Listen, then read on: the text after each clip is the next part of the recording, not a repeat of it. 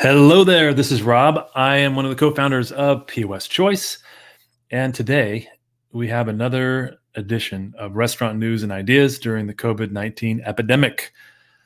Not the most exciting title for a presentation, but we're going to try to be on here every day, at least every weekday, sharing news and things that we're seeing that are working for restaurants. So let's hop right into it. First, something I'm going to do every day is just have a quote. This is from Justin Frederick of Tuto Bani in a small town, at least one that I've never heard of in Minnesota. It says, I've been in this industry for 2 decades now. I've been through 2008. I've been through 9/11. I've been through major events in our country and the world in this industry, and I've never seen a shockwave like this. This is unprecedented. There is no script for this. And I'm sure that you, if you're watching this video and you're in the restaurant industry, think the same thing. It's good to know that you're not alone. And I'm sure you've been talking to people that you work in the same industry with in your city, but this truly is unprecedented, and there definitely is no script for this. And that's why any restaurant that is trying to figure this out, it just, we stand back and applaud and just go, wow, how can we support what you're doing? And I know that I'm not alone. I've been hearing stories about restaurant patrons giving huge tips to people that are coming out and giving them their food when they go to pick it up, which is fantastic. But that's where we're at. So let's start off with some good news. What's the first thing? Well, the coronavirus stimulus bill looks like it's about to be passed and signed within the next 24 hours. And in that bill, there's somewhere around $300 billion set aside for small businesses. What I'm hearing is that much of that funding is going to go to the SBA 7A program, which provides quote unquote forgivable debt, which is government speak for grants. The funding will cover up to 4 months of payroll and overhead, and will be available through local banks and private lenders. Now, when I saw this and I heard about it, I looked up a lot of what was required to be approved for this SBA 7A program. And it's if you don't have over 500 employees, it's for you. But there's a lot of other guidelines, and I'm not sure what's going to change. So it's a little too early in the game to say, this is how you get it, and this is what you need to do to get it. We'll have more information on this tomorrow for sure. Also, it says eligible businesses will be able to defer their payroll taxes until 2021 and receive small business loans to continue paying employees. So I think there's a lot of different things that are going to be a part of this stimulus bill. Hopefully that will trickle down to your restaurant to help you not only pay current staff, but also get ready to relaunch when this whole mess is over with. So we'll have more information on that tomorrow. But the good news is the stimulus bill is just about done, and it will benefit your employees through continuing the expansion of what is it called? Unemployment. And also there is, I think, if someone makes under $75,000 a year, I think it's $1,250 that will be given to them, a one-time grant from the government. So a lot of good news there. Next thing is this: takeout is king. Everywhere I read, and I read a lot about what's going on in the restaurant industry, takeout is definitely king. I'm sure there are a few restaurants that are profitable at this, but the majority of them are not. Some of them are losing money. Some of them are break even. And there's 2 things I wanted to highlight. One is meal kits. Last week, I highlighted a pizza place here in Atlanta that was selling partially cooked or partially baked pizzas, which ended up being a really big seller for them, which is great. And then today, I got this email from Recess, which I've highlighted before here. They're a vegan restaurant here in Atlanta, and they're providing meal kits and alcohol to go, which is a great thing that Atlanta did, allowing restaurants to sell beer and wine for pickup. So the other thing that I wanted to highlight, other than the meal kit idea, was a quote from the person I've already quoted, Justin Frederick of Tutto Beni. He says, we're trying to avoid 20 people standing in the lobby waiting. So my front of house manager and I are being very strategic in telling people what times they can come pick up their food. We are hyper aware of not having too many people walk in the door at the same time to go get their food.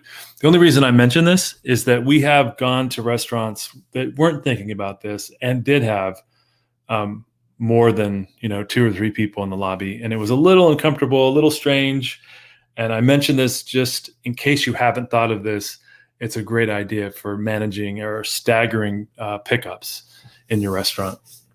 The next one, 3 new opportunities. I thought this was really interesting. It's from an article in Eater from an Indiana restaurateur. Her name is Martha Hoover. Sorry, I've got allergies. Martha Hoover of Patachow Restaurant Group. Here's the story.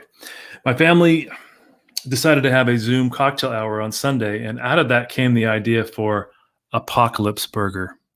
What a great name. My son-in-law, who is an extremely gifted artist, came up with both the name and the logo, and by 10:30 at night, I filed for trademark protection and started working on a menu. Pulled together a team within my company and said, hey, this is what I'm thinking. Let's do a pop-up. Everybody was excited. I think it coincides with people's need to know there is a future and we're not just all stuck, because so many people feel very paralyzed by this whole thing. People really got excited that we were doing something forward thinking that would employ people and get people to feel like they were serving their family, the business family. We were going to take the proceeds and funnel them to the Peer Fund, which I'm assuming is a nonprofit for out-of-work restaurant employees. But today, when I reread the governor's order, I felt uncomfortable asking staff to come out and further put themselves and their families at potential risk. So we decided to pivot rapidly. We love all the ideas around Apocalypse Burger. We're going to execute on it, but this gives us 2 or 3 weeks, we hope, to get the details locked in place so that when we do open post-COVID, we open a really sound, well thought out business. And she keeps going on and on. But I highlight this because it's an interesting thing to say, okay, what has been up to now is no longer working because of the stay-at-home orders, and creating a space for creativity to go, what will work? I know that on our social profiles, we talked about ghost kitchens earlier this week, where basically there's a kitchen and multiple restaurants use that kitchen for pop-up stores. I am not a restaurateur, but I think there's an opportunity here that when we do come out of the stay-at-home orders, that people are going to come out and really want to help restaurants. And pop-up restaurants like this idea here are fabulous. And I'm basically highlighting this to encourage you to come up with new ideas and energize your family, your restaurant family, with ways that you're going to take advantage of the situation after this all changes back to quote unquote normal. The fourth thing is start planning for relaunch. The same woman, Martha Hoover, said this: we're starting mid next week to put together a reopening strategy. But of course, we're missing a huge piece of information, which is when we'll all be able to safely reopen. We believe it's not going to be a Kimmy Schmidt moment where people come out of the basement and the sky is blue and life returns to normal. We will need to stagger our openings and stagger in staff so that we can best utilize our resources. But again, I highlight this because it is not too early to start planning. I mean, a lot of the psychology during this time for business owners is, what do I do? How do I spend my time? What am I doing? And you may be doing curbside delivery, and you may not be. I'm not sure. But if you're looking for something to do, this is definitely something that you can focus on, is putting together a plan for your relaunch. So that's 4 things. I got one more for you, and I'll say it every single time, and that is, please post on social media 3 times a day, and if you're open and you're taking orders, please send out an email every day. Out of the 20 restaurants that I'm on the email list of, I probably have 2 that are emailing me every day. One is Recess, and another is a restaurant in San Francisco. And the one in San Francisco has a set meal that sells out every day, and they put out their email. I heard somebody else bring up Recess today. And how do they know about what's going on at Recess? Emails. So please, if you're open and you're taking orders, please, please, please post on social media and send out an email every day. And that is it. Your restaurant COVID update for March 25th, 2020. I wish you the best, and I hope that you get some more good news with this COVID stimulus package. I hope it really benefits the restaurant industry en masse. All right. Thanks for watching, and have a great day.